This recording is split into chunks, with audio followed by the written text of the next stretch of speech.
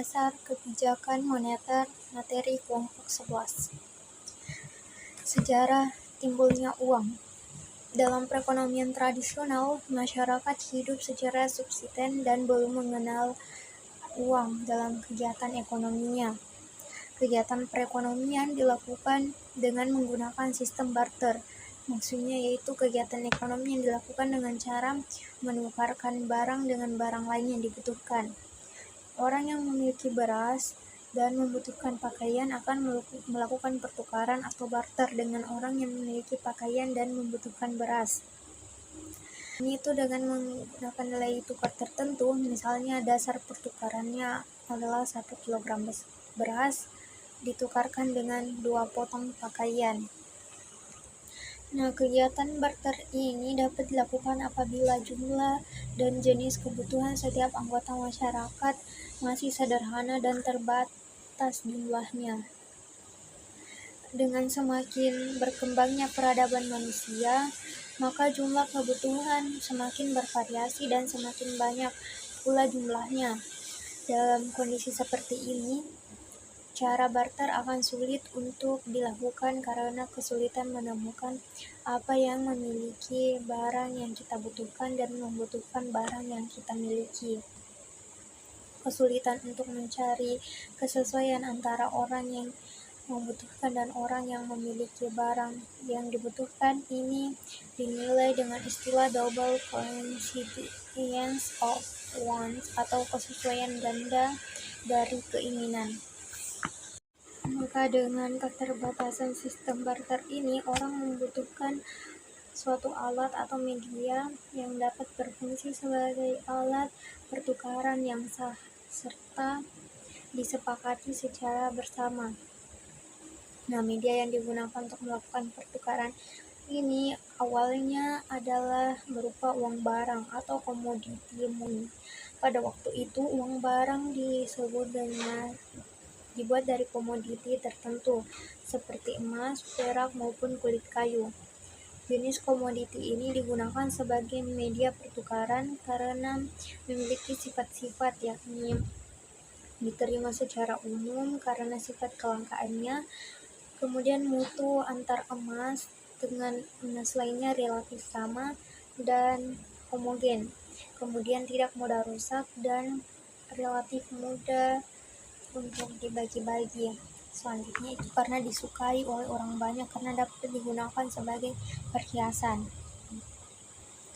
Nah, adapun tujuan awal diciptakan uang adalah untuk memperlancar kegiatan ekonomi dan tukar-menukar. Paling tidak, suatu media dapat dijadikan sebagai uang apabila memenuhi suatu syarat, yaitu syarat pertama nilainya relatif dan stabil dan tidak fluktuatif. Kedua, mudah dibawa dan mudah dibagi.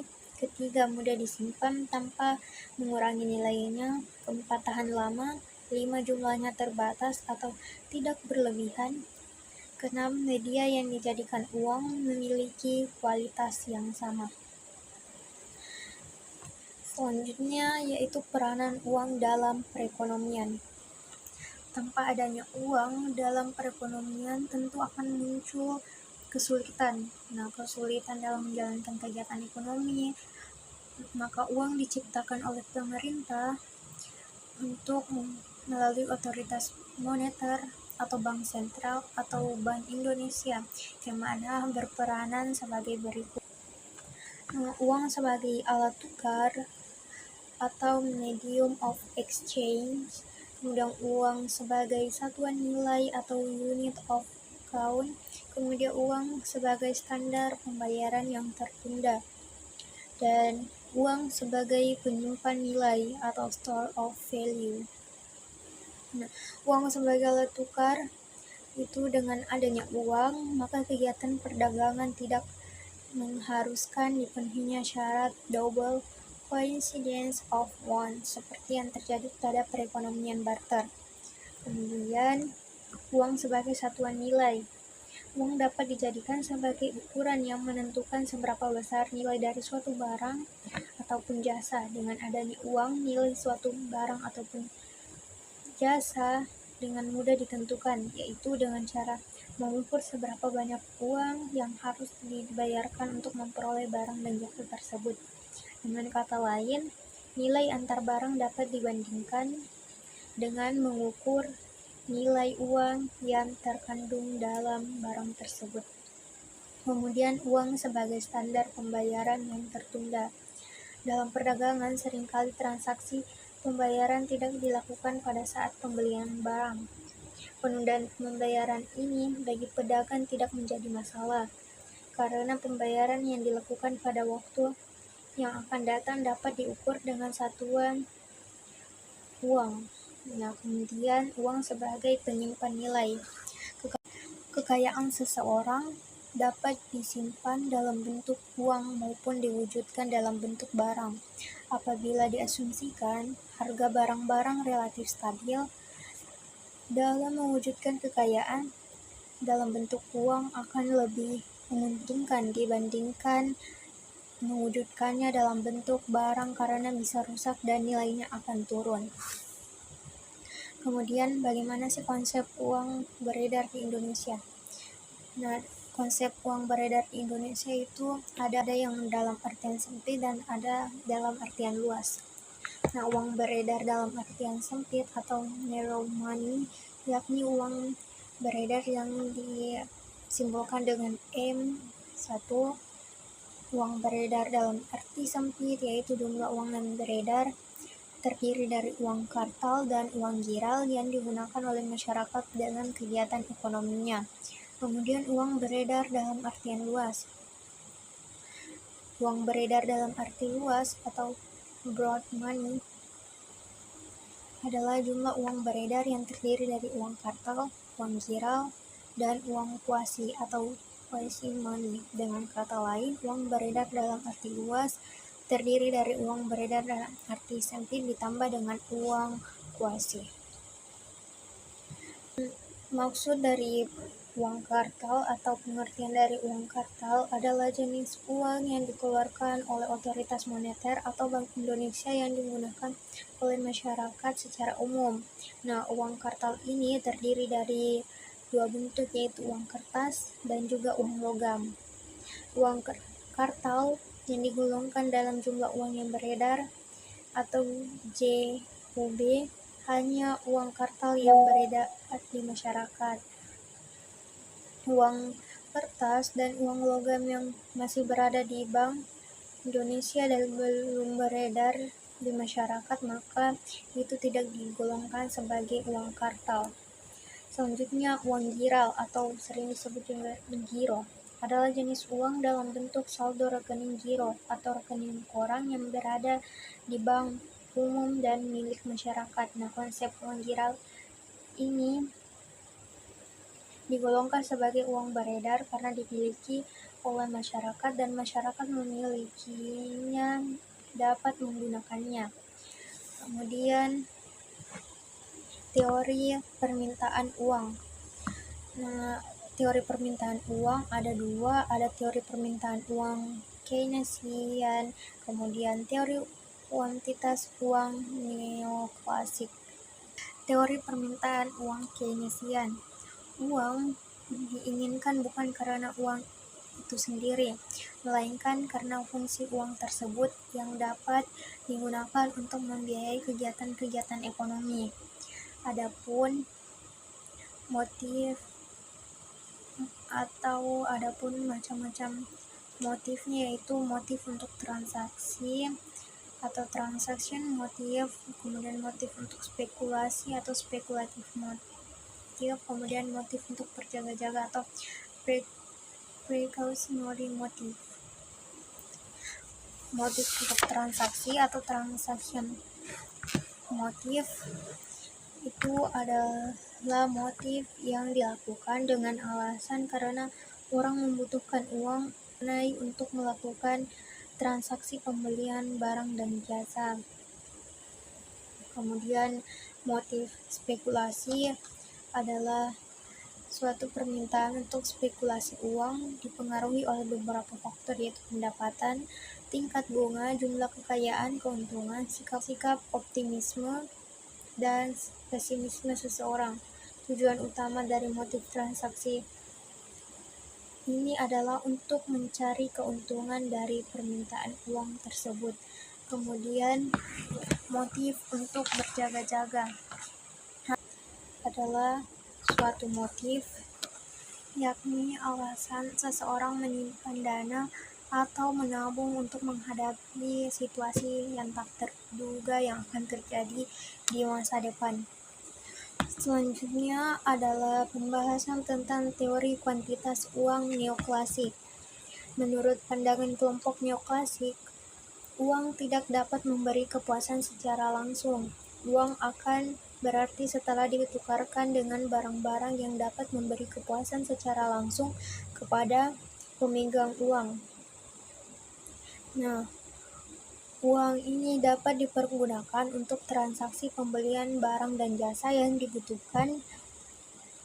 Semakin banyak uang yang dimiliki, maka semakin banyak barang dan jasa yang dapat dibeli dengan uang tersebut. Menurut pandangan neoklasik, jumlah uang beredar dikalikan dengan kecepatan peredaran uang atau velocity of money sama dengan tingkat harga rata-rata dikalikan dengan jumlah transaksi pada periode yang bersangkutan. Secara matematisnya, teori kuantitas yang menurut pandangan neoklasik dapat dituliskan sebagai berikut, yaitu MV sama dengan TT, yang mana M itu jumlah uang beredar, V kecepatan peredaran uang, kemudian P itu harga rata-rata satu periode, dan T banyaknya transaksi per periode. Selanjutnya, pasar barang dan kurva Yield. Variabel yang diperhitungkan di pasar barang ditentukan oleh jenis perekonomian suatu negara. Nah, kurva ini IS adalah suatu kurva yang menghubungkan titik-titik besarnya pendapatan nasional atau disimbolkan dengan huruf Y pada berbagai tingkat bunga atau R, di mana pasar barang berada pada posisi keseimbangan. Jadi kurva IS itu menunjukkan keseimbangan di pasar barang. Kemudian pasar uang dan kurva LM. Keseimbangan di pasar uang atau money market equilibrium terjadi pada saat jumlah yang diminta oleh masyarakat untuk berbagai motif sama dengan jumlah uang beredar atau penawaran uang. Secara umum dapat dikatakan bahwa jumlah uang yang diinginkan dan mampu diminta meningkat seiring dengan penurunan tingkat suku bunga. Dalam jangka pendek, jumlah uang beredar diasumsikan tetap atau given, sehingga keseimbangan di pasar uang dapat digambarkan oleh kurva LM. Kurva LM adalah kurva yang menghubungkan titik-titik besarnya tingkat pendapatan nasional atau Y pada berbagai tingkat bunga atau R, di mana pasar uang berada pada posisi keseimbangan. Kemudian, tugas Bank Sentral. Untuk mencapai tujuan tersebut, Bank Indonesia didukung oleh dua pilar yang merupakan dua bidang tugasnya. Kedua bidang tugas ini adalah menetapkan dan melaksanakan kebijakan moneter, mengatur dan menjaga kelancaran sistem pembayaran. Nah, kedua tugas ini perlu diintegrasi agar tujuan untuk mencapai dan memelihara kestabilan nilai rupiah dapat dicapai secara efektif dan efisien. Kemudian ada target, yang mana terbagi atas dua, yaitu target pokok atau ultimate target dan target antara atau intermediate target. Target pokok terdiri dari berbagai variabel, misalnya laju inflasi dan pengangguran ataupun output real, di mana variabel tersebut berdampak pada perekonomian secara langsung. Kemudian target antara terdiri dari laju tingkat suku bunga dan pertumbuhan oleh Bank Sentral untuk alat pencapaian tujuan pokok secara lebih akurat. Target antara ini yang tidaklah berdampak langsung pada kondisi perekonomian seperti halnya target pokok. Selanjutnya adalah kebijakan moneter. Kebijakan moneter ini ada 4, yakni yakni kerangka kebijakan moneter, transmisi kebijakan moneter, instrumen kebijakan moneter, dan efektivitas kebijakan moneter. Adapun penjelasan tentang kerangka kebijakan moneter. Dalam melaksanakan kebijakan moneter, Bank Indonesia atau BI menganut sebuah kerangka kerja yang dinamakan Inflation Targeting Framework atau ITA. Kerangka kerja ini diterapkan secara formal sejak Juli 2005. Kerangka kerja ini setelah sebelumnya menggunakan kebijakan moneter yang menetapkan uang primer atau base money sebagai sasaran kebijakan moneter. Dengan kerangka ini, Bank Indonesia atau BI secara eksplisit mengumumkan sasaran inflasi kepada publik dan kebijakan moneter diarahkan untuk mencapai sasaran inflasi yang ditetapkan oleh pemerintah tersebut. Kemudian ada transmisi kebijakan moneter. Transmisi kebijakan moneter adalah proses di mana kebijakan yang ditetapkan oleh bank sentral memengaruhi berbagai aspek ekonomi dan keuangan yang pada akhirnya memengaruhi tingkat inflasi dan pertumbuhan ekonomi. Selanjutnya itu instrumen kebijakan moneter. Kebijakan moneter adalah kebijakan pemerintah untuk mengendalikan perekonomian melalui jumlah uang beredar atau JUB yang dilakukan oleh bank sentral dengan mengendalikan jumlah yang beredar.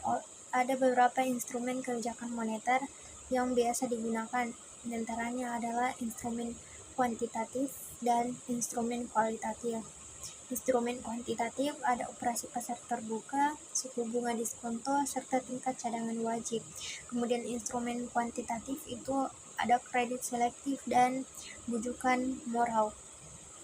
Kemudian yang terakhir adalah efektivitas kebijakan moneter. Efektivitas kebijakan moneter ditujukan pada kurva ini dengan menstimulasikan pergeseran antara kurva IS dan kurva LM. Nah, kebijakan moneter ini akan berpengaruh di 3 daerah, yakni daerah jerat likuiditas, daerah tengah, serta daerah klasik. Nah, kebijakan moneter ini sangat penting untuk mencapai tujuan ekonomi seperti stabilitas harga, pertumbuhan ekonomi, dan tingkat pengangguran yang rendah.